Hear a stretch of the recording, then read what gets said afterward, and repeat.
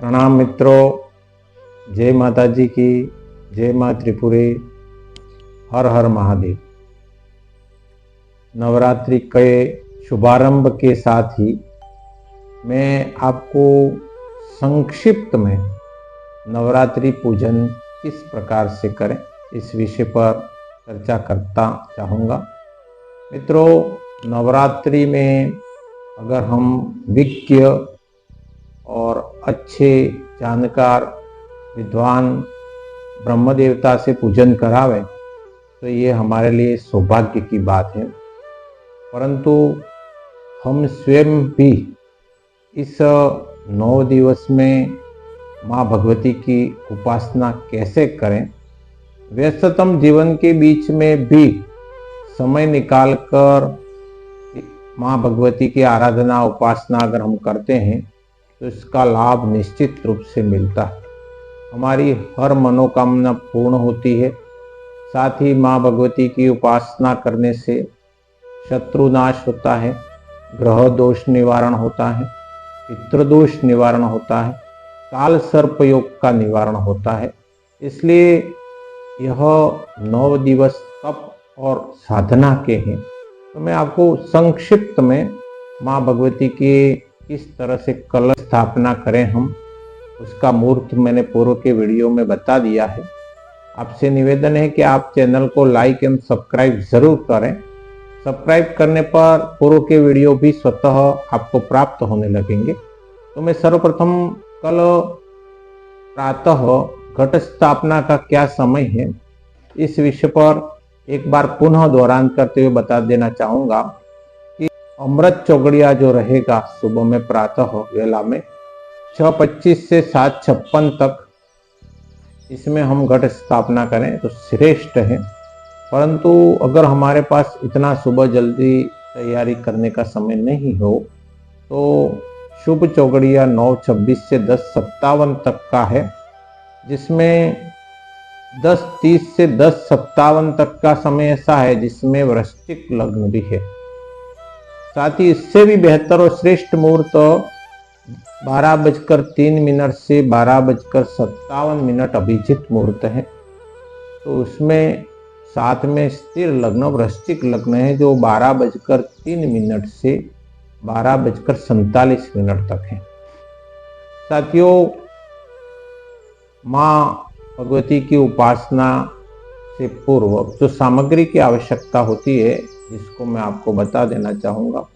आप माता जी का मूर्ति या चित्र रखें, तैयार कर लें, वो आपके पास होगा ही होगा। साथ ही एक बाजरोट, चौकी कहते हैं अपन, लाल कपड़ा, एक कलश लें। कलश तांबे का हो तो श्रेष्ठ है, चांदी का हो तो और श्रेष्ठ है, सोने का भी ले सकते हैं, परंतु स्टील का न लें, ये थोड़ा सा ध्यान रखें। अगर तांबे और आपके पास दूसरा धातु का नहीं हो तो आप मिट्टी का कलश भी काम में ले सकते हैं। एक नारियल लें, आम के कुछ पत्ते, साथ में दीपक घी या तेल का, रोली, सिंदूर, अक्षत, चंदन, लाल पुष्प मिल जाए श्रेष्ठ है, दूसरे पुष्प भी ले सकते हैं।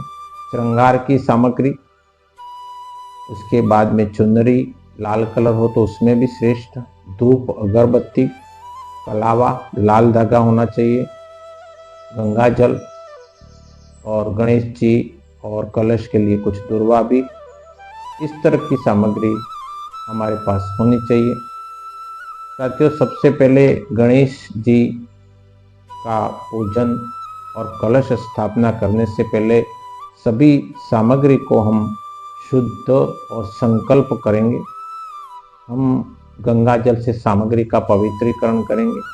आपके पास उसकी मंत्र की पुस्तक हो तो उसके पवित्र के लिए करने के लिए ओम पवित्रम पवित्रो वा सर्वावस्थागतोऽपि वा सपुंडरीकाक्षं बाह्याभ्यंतरम शुचिः, तो ये मंत्र बोलते हुए आप पवित्र करें अपने साधनों को, स्वयं को ऊपर भी जल छिड़के और संकल्प करें।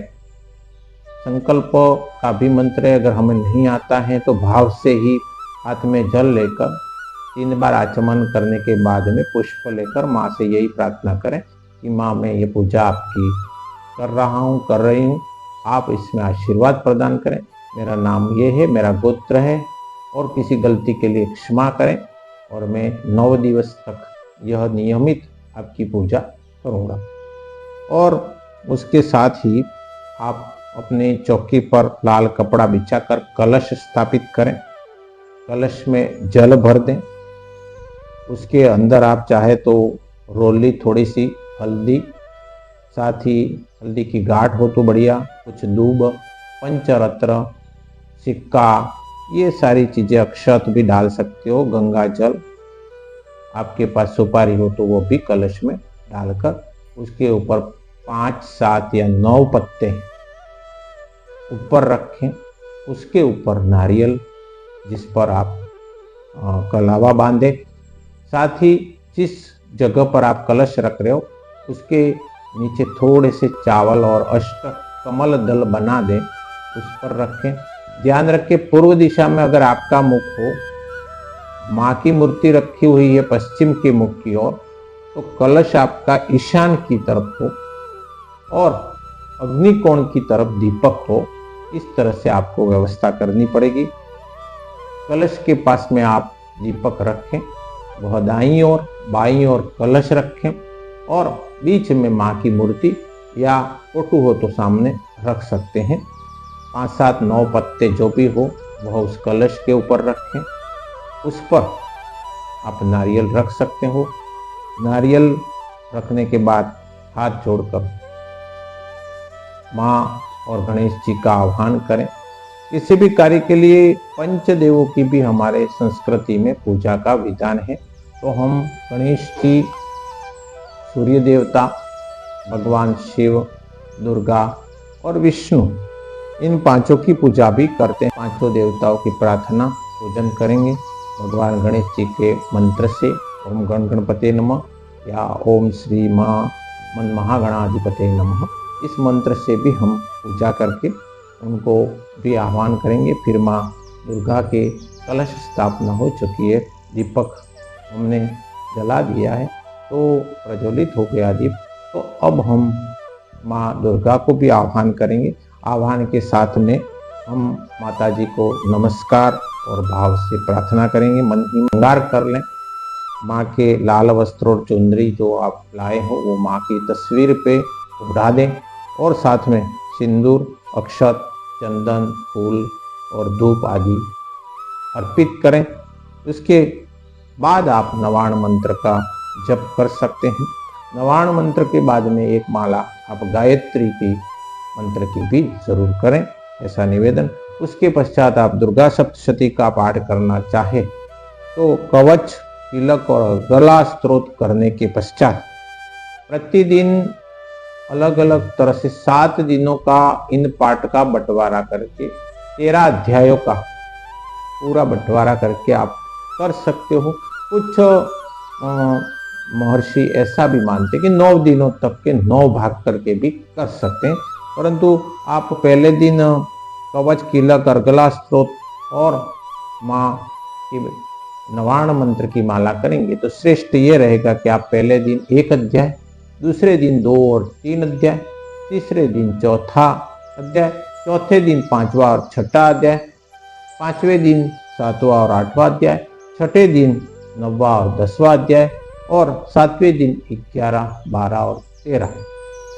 ये इतने अध्याय आप करके, अगर आप चाहे तो अष्टमी के दिन किसी ब्रह्म देवता को बुलाकर आप एक साथ विद्वान पंडित से पूरे 13 अध्यायों का, दुर्गा सप्तशती के पूरे पाठों का आप वापस पुनः पूजन करवा सकते हो। और हमें ध्यान ये रखना है कि पाठ दोनों समय में कभी भी कर सकते हैं, प्रातःकालीन वेला में और सायंकालीन वेला में, दोनों समय माँ के पाठ, माँ के स्तोत्र का पाठ, साथ ही आरती और पूजन हमें करना है। सामग्री भले कम हो परंतु भाव से पूजन करें। भावो विद्यते देवो तस्मात् भावो ही कारणम। पूरा पूजन हो जाने के बाद त्रुटि संभव है, इसलिए माँ से क्षमा याचना और प्रार्थना जरूर करें।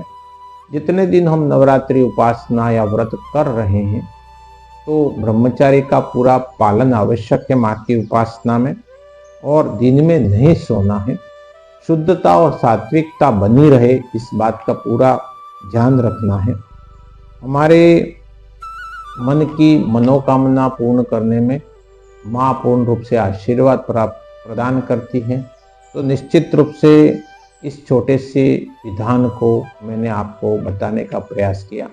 जो हमारे विप्र बंधु हैं वो बड़े स्तर पर पूजन की विधान और विधि जानते हैं।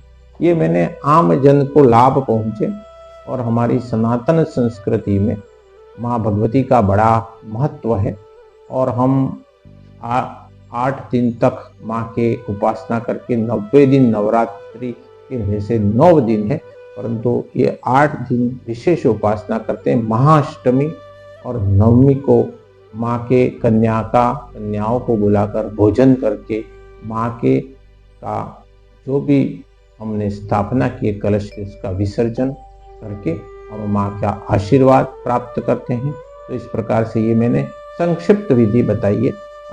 कोई बंधु से अन्यथा अर्थ में न लें कि ये विधि कैसे हो सकती है, ये तो विधि इस तरह से है। तो कई सारे विधान और हमारे शास्त्रों में बहुत अच्छे संदर्भ में सामग्री प्रदान की गई है, समझाया गया है। आप उसको पढ़िएगा, बहुत विस्तृत में और भी बात समझ सकते हैं। परंतु मेरा ये प्रयास है कि आम व्यक्ति जिसको बिल्कुल इस विषय में पता नहीं है वह इस तरीके से माँ की उपासना कर सकता है। जय माता जी, धन्यवाद।